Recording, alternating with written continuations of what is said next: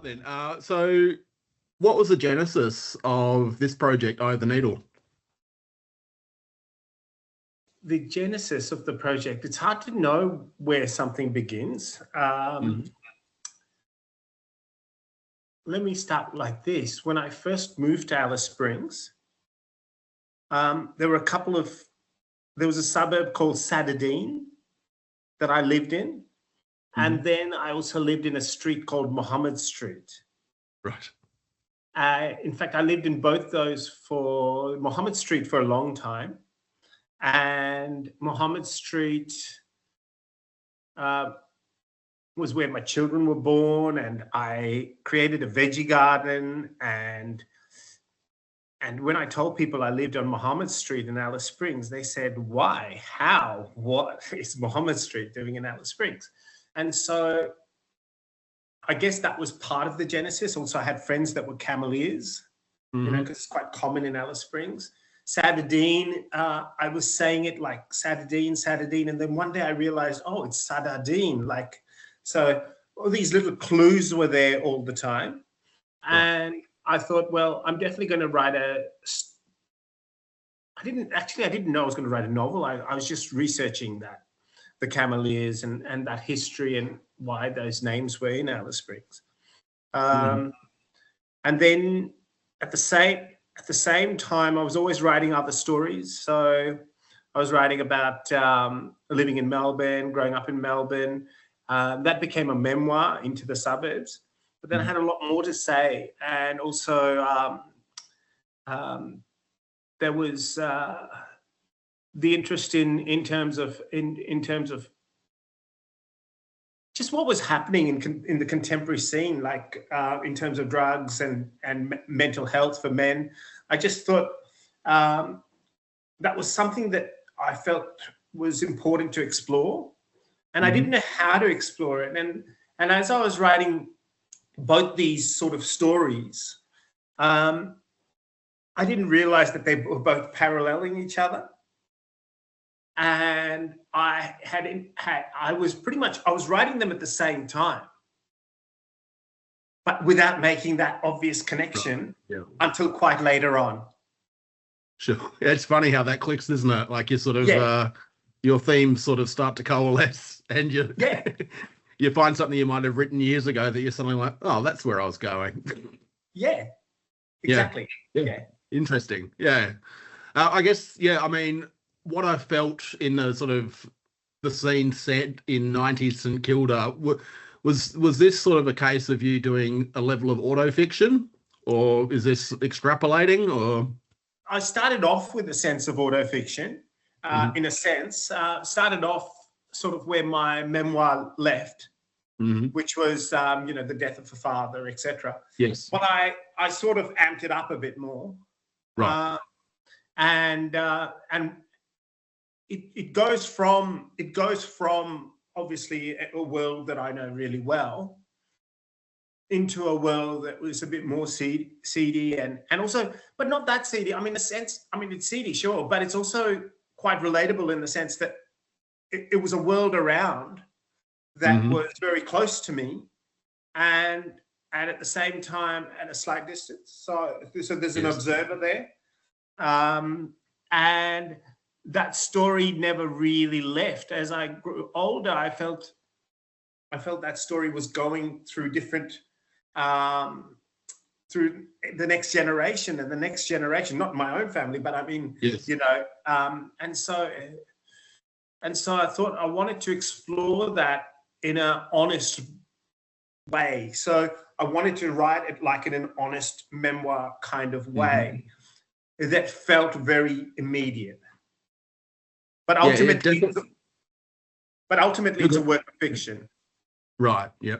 It resonated for me, and I'd sort of probably a few years later sort of had similar sort of, living, I guess, tangentially to that world in Melbourne, especially, but more, the Collingwood side of things.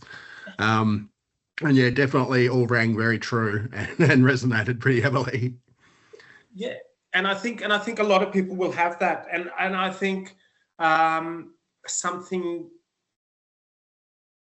I guess in terms of like a theme in my work is I'm always trying to write things that are just so blatantly obvious once you read it, and you just wonder why aren't people discussing it, or why isn't this part of Australian literature?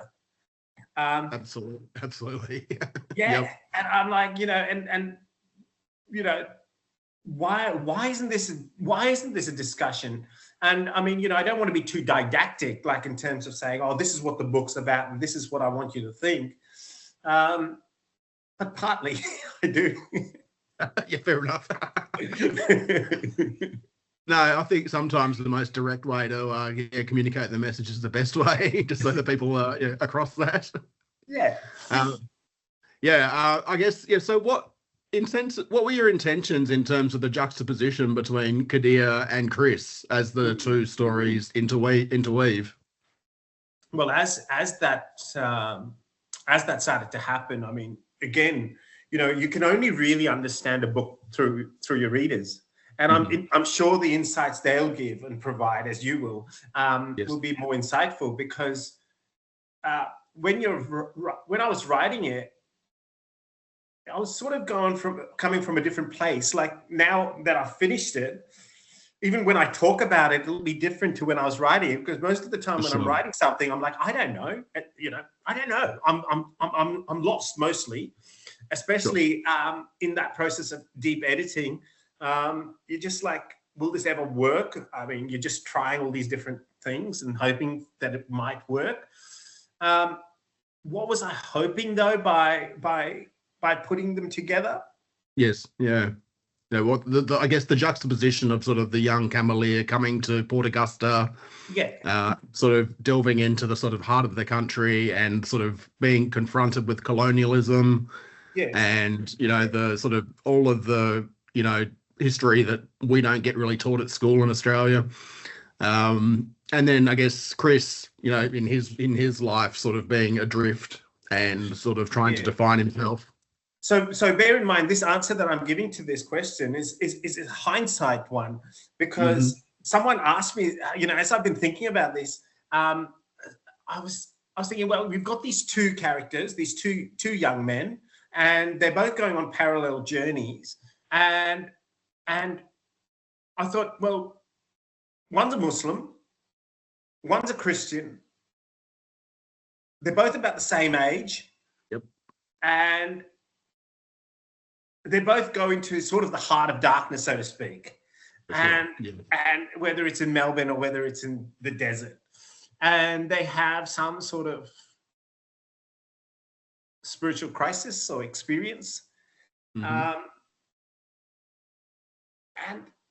it just somehow intrigued me as a reader of the work, as it's, because I didn't know that that's what was happening, you see. Yes. So when I was reading it, especially when I had breaks from it, I would have breaks from it, and I thought, oh, this is getting interesting.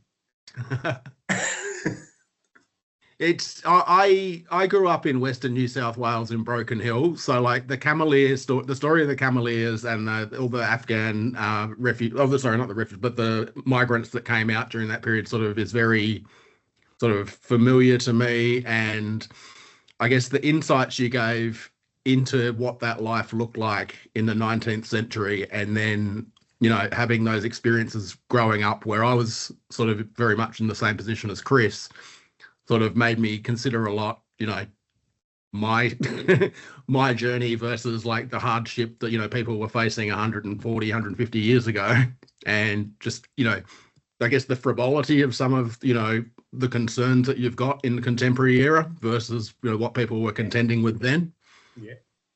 But I mean, in a way, yeah. But in terms of the historical aspect of it, whilst that historical aspect was being written, there were a lot of things that were happening, say in the media, in contemporary Afghanistan with the war, etc. Yes. That was affecting my view of the world, and that was impacting on the writing process naturally, whether I liked it or not.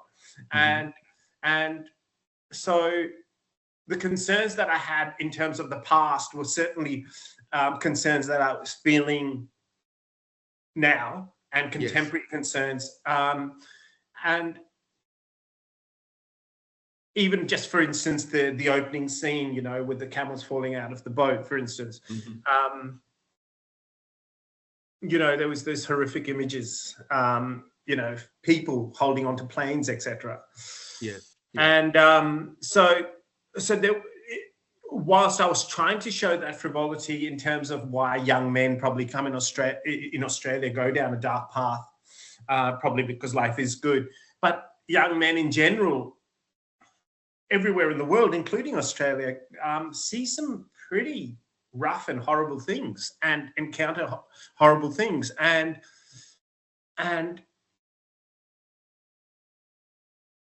we don't often, it's hard for us to talk about, and it's hard for us to process and write about. And so we often go into self-destructive behavior with our mates as a way of coping. And I see that again and again. And sport is one avenue of release that's acceptable in this country. But I think art is as well, and Absolutely. A legitimate good release. And I think I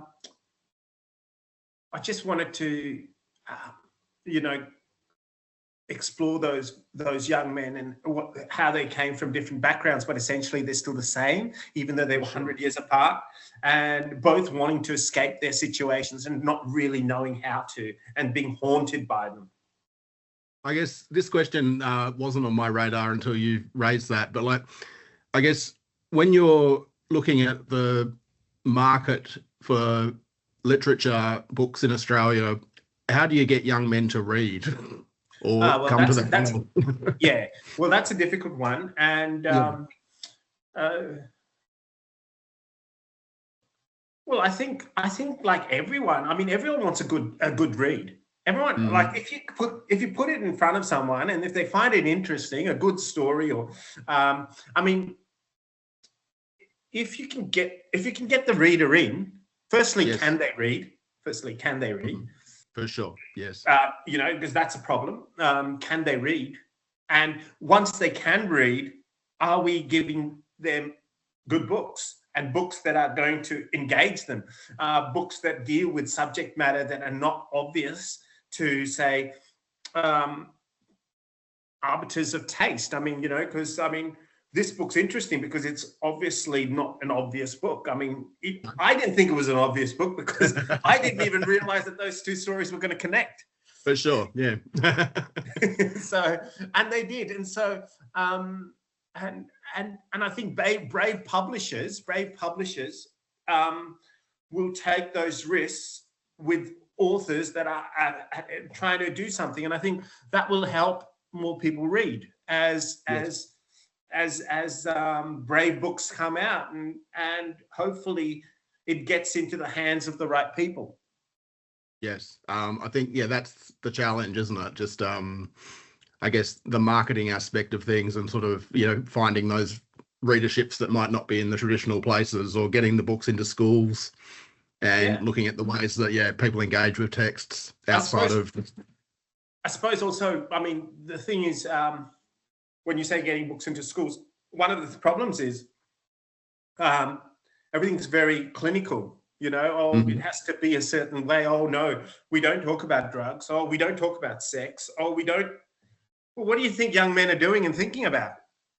Well, you know, I remember reading Puberty Blues when I was at school, and, you know, we sort of covered Monkey Grip or all those sorts of, you know, Helen Garner books of the 70s and 80s. Like, and are they out of the, you're a teacher, aren't you?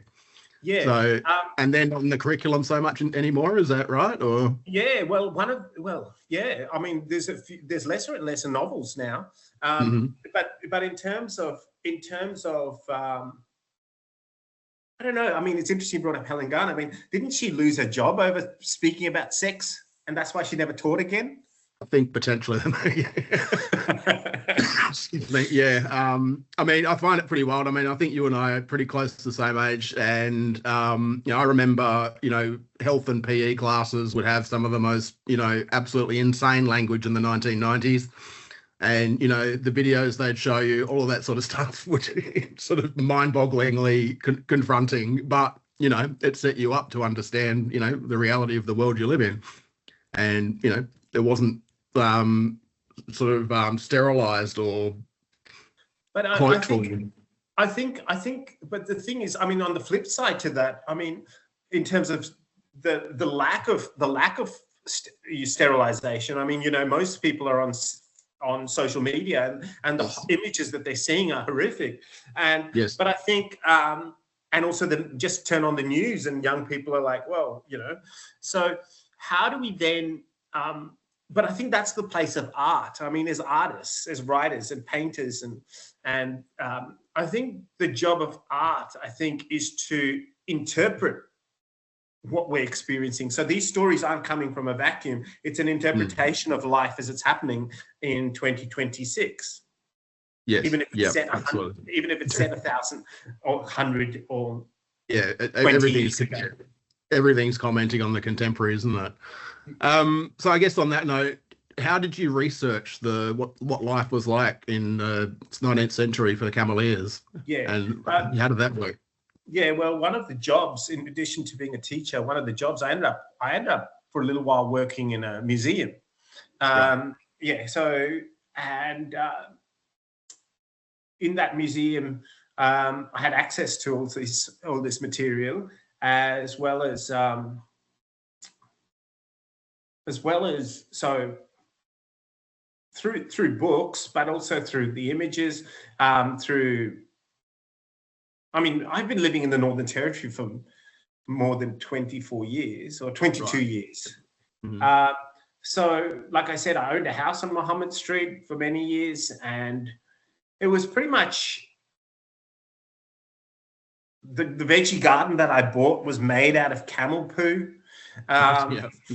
So it was very organic. I mean, but there were various steps in it. I mean, I wrote a play about the lady who started the botanical garden here in Alice Springs, and through that, I ended up with a job. People would ask me to research something for them, or they, would write other stories, and then got a job at the museum for a little while. And whilst I did that job at the museum, I tried to remove myself from that job. This sounds weird, but I did. Right.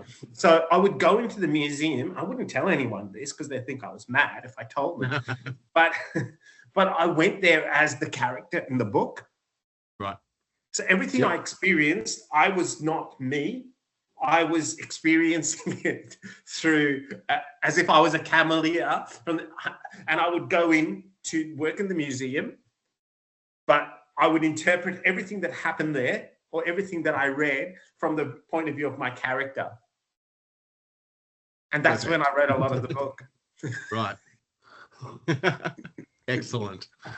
So, I mean, Kadir experiences firsthand the horrors of colonialism, all the racism, the violence, and the dispossession. And when you moved to Australia in the mid-1980s, was it? 86, actually. 86, yep. Was that history on your radar, or was that something that sort of became more apparent to you over the... Yeah. The history was not on my radar when I first came, not at all. That became apparent much later. Yeah. Yep. Yep. So that became apparent. I was curious because, I mean, as I grew older, when I was, 18, 17, I was starting to be aware of this other Australia through football, etc. Right. To the footballers and stuff. And I also had some Aboriginal classmates, schoolmates, that came from Darwin to Victoria, etc. And so I was aware that there was this other Australia. There was this other Australia that had more to do with possibly the real Australia, so to speak. And I was curious about that. I also knew I just didn't quite fit into that whole. I didn't really know where I fitted in. But although I was trying hard to assimilate, very hard. So, yeah.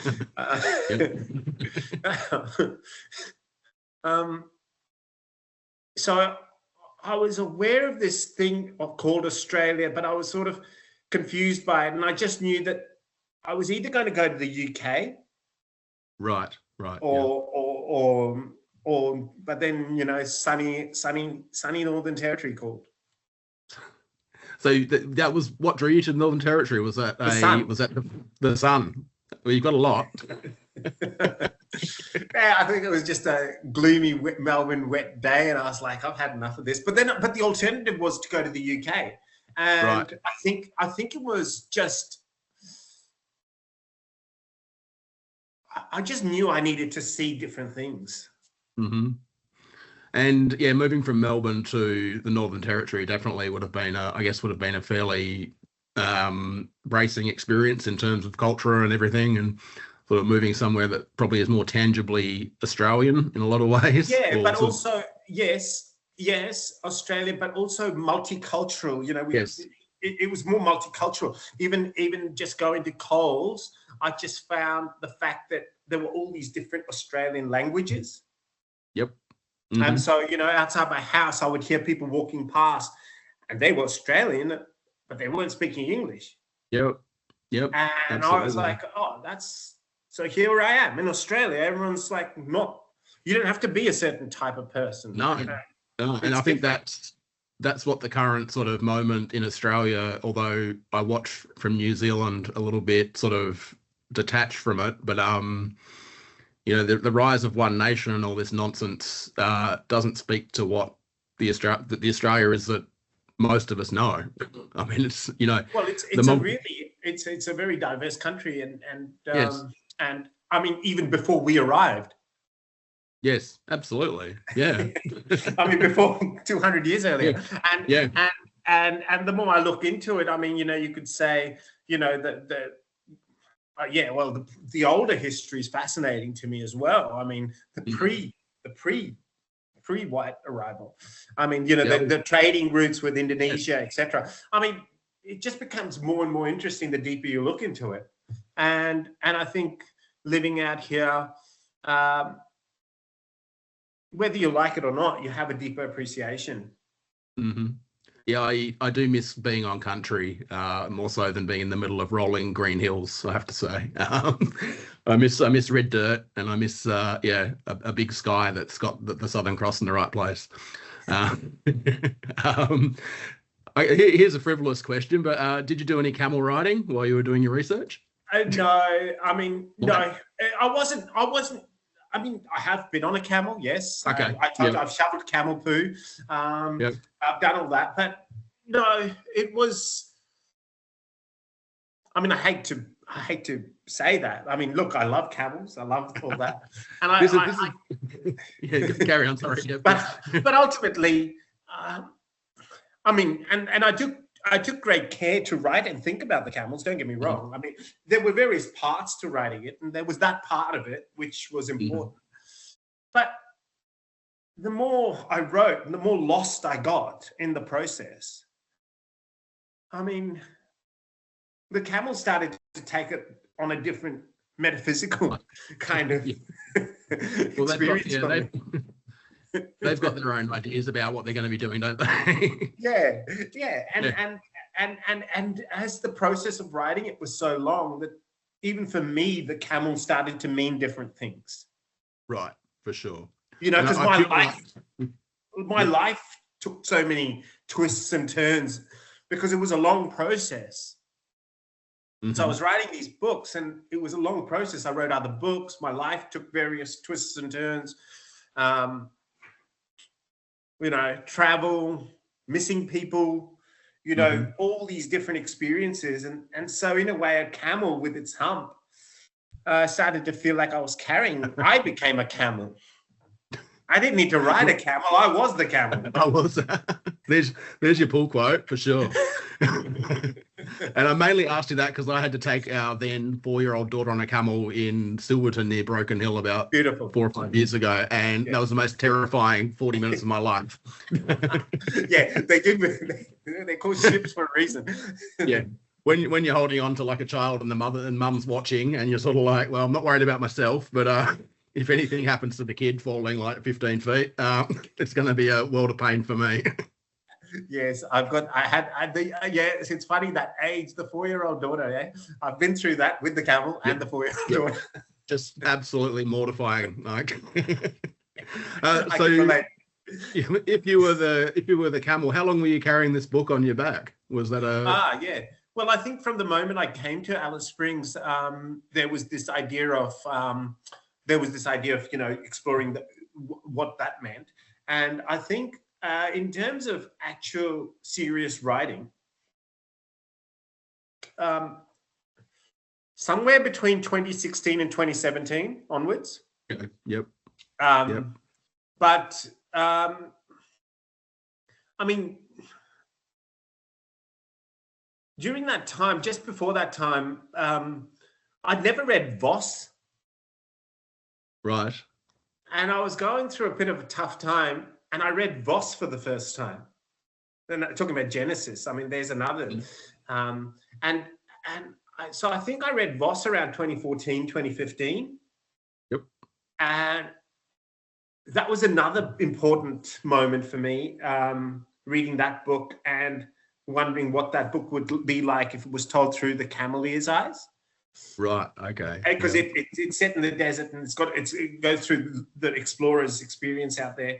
And there's very small scenes with the cameleers in that. And so that, and it was interesting because I was away missing the desert during that period of reading it. And I purposely read it because it was set in the desert and was one of those books people talked about, and I had no idea about it. And it was also, I wanted to read it because it was a hard book. I was told it's a difficult book. And my memory wasn't too good at that time. Right. I wasn't feeling great. And someone said, test your memory out and see if this makes sense. And so I did. And what it did was it started to make me really miss the desert and make me think about it. And yeah, I don't know why that book, that was part of the process. So yeah, that sort of instigated me to, so even though I had the story in my head for much longer, it was that experience that started to make me go, okay, hang on. I started to think about this camel man. In fact, I started to dream about the camel man while I was reading that book. You know you've got to write it then, don't you, if you're dreaming about it? Yeah. All I dreamt was this man, he had big hands, and he was walking one camel. Right. I woke up one day and I wrote that down. Right. Okay. And you're off. So who are your influences in terms of, who you read and who you sort of grew up reading and found compelling that made you want to be a writer? Well, in terms of my influences, I mean, I think in the book they state a few. So obviously Ian Forster's Passage to India was influential. Edward Said's Orientalism, especially when dealing with this material. I mean, that book was very informative in terms of understanding the Middle East, understanding all these contemporary issues, problems that we face. I mean, Edward Said was a very important. I remember going to hear him speak. Unfortunately, he was sick at the time, so he gave a talk on the town in Melbourne Town Hall. Okay, right, yep. And so that was something that I drew upon. I mean, so many writers. I mean, Kerouac, all the greats, all the classics. I mean, the usual suspects. Yep, gotcha. And when's it coming out? I believe on the 4th of August. But we're having a launch in September. I'll call you doing the rounds in terms of going to Sydney and Melbourne, or at this point, anywhere? No, I don't think so. Pretty busy. I mean, I have a full-time job, etc. Yeah. So when I can, I mean, if people invite me, I will. Yes. Well, here's the call out now. Yep. But essentially, it'll be business as usual. Sure. Yep. And the launch is happening physically somewhere, or? Yeah, we're going to do a launch in Melbourne. Yep. In Melbourne. I mean, we could do one in Alice Springs, but at this point, I don't want to carry on too much about it. I mean, if the book has a life, Sure.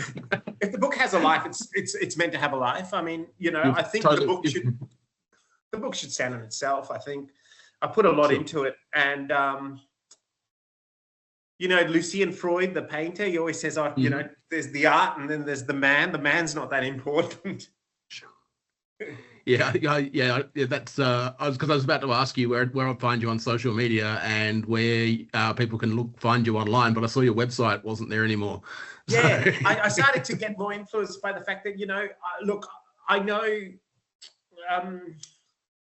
I'll do what I'm supposed to do, but I think I hopefully, and what I'm supposed to do is make sure the book's good.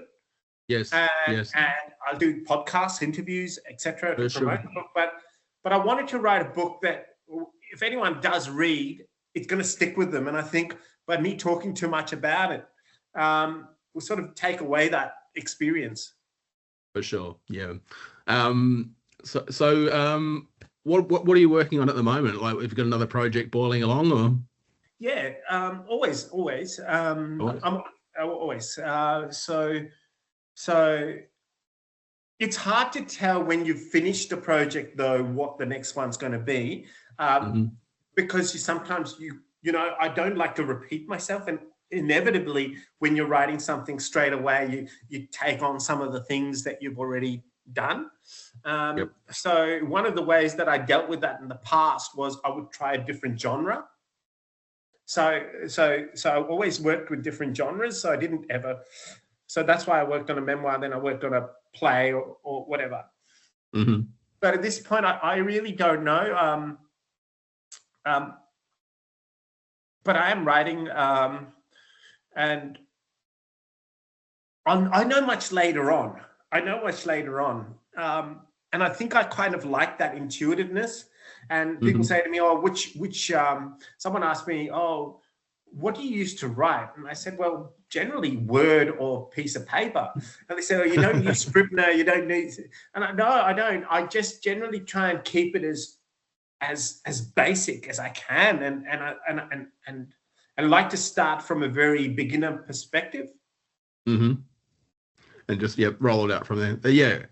Well, really appreciate your time, Christopher. And I love the book, and it's definitely gonna stick with me. Because I found it just so evocative of like so many of the things I've experienced, and so much of like the just finding new ways into that life and those experiences over the years as well. And I really hope it does really well for you. And I really appreciate your time too.